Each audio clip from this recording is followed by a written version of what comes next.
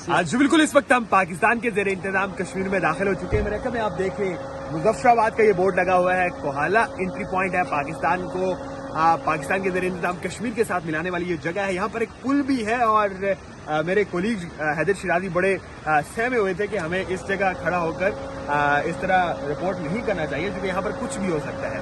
India की जानिब से किए जाने वाले हमले का भरपूर तरीके से जो है वो जवाब दिया जा रहा है। मुख्तलिफ हुकूमती और फौजी हुकाम के मुताबिक बैकअप जो ऑन ग्राउंड सिचुएशन है वो जैसे जैसे हम दाखिल होंगे आपके सामने रखते जाएंगे। लेकिन हैदर शिराजी से जान लेते हैं कि पहले इस वक्त तक की लेटेस्ट सिचुएशन क्या है।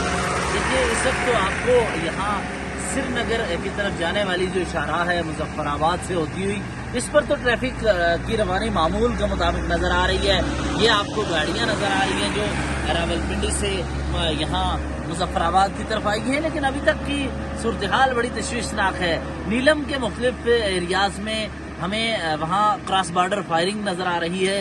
इसके अलावा पुंछ सेक्टर में भी फायरिंग हो रही है और उसके वाकयात सामने आए हैं। तीसरा, ये जो यहाँ पुंछ सेक्टर के अलावा डिस्ट्रिक्ट हवेली का एरियाज हैं और आगे भिम्बर के एरियाज हैं, वहाँ पर भी दोनों अफवाज के दरमियान क्रॉस बॉर्डर फायरिंग हो रही है। तो इस वक्त मजमूई सूरत हाल ये सिक्योरिटी की है। इस सिक्योरिटी की सूरत हाल के हवाले से यहाँ स्कूल में छुट्टी की गई है और साथ ही तमाम शहरी इस वक्त चौकस तो हैं, लेकिन हौसले उनके बड़े बुलंद हैं।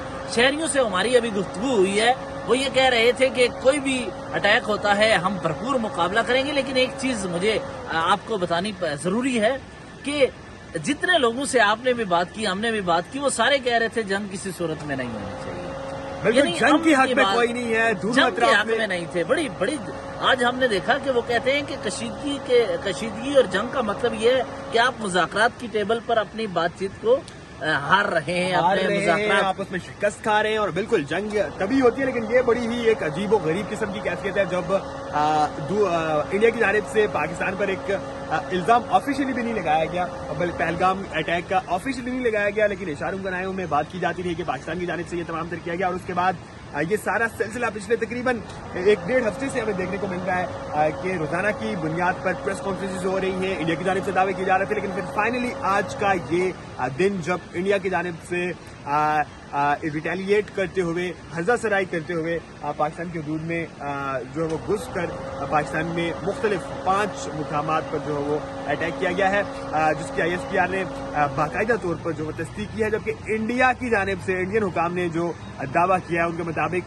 9 के करीब जगहों को निशाना बनाया गया है। आपको अपडेट करते रहेंगे। ओवरऑल कश्मीर की सिचुएशन ज़ाहिर है अभी सुबह सादिक का ये वक्त है। मेरे कैमरामैन अगर आपको आसमान की तरफ दिखा सके तो अब सुबह हो रही है और अब आहिस्ता आहिस्ता लोग जागना शुरू होंगे और उसके बाद लोगों को पता चलेगा। क्योंकि अमूमी तौर पर ज़्यादातर इलाका पहाड़ी है, लोग यहाँ पर जो है वो गाँव में ज़ाहिर रहने वाले लोग हैं, देहाती लोग हैं, वो सवेरे सोते हैं, सुबह सवेरे जागते हैं। और दूसरा, शहरों के करीब ज़्यादातर ये हमले हुए हैं।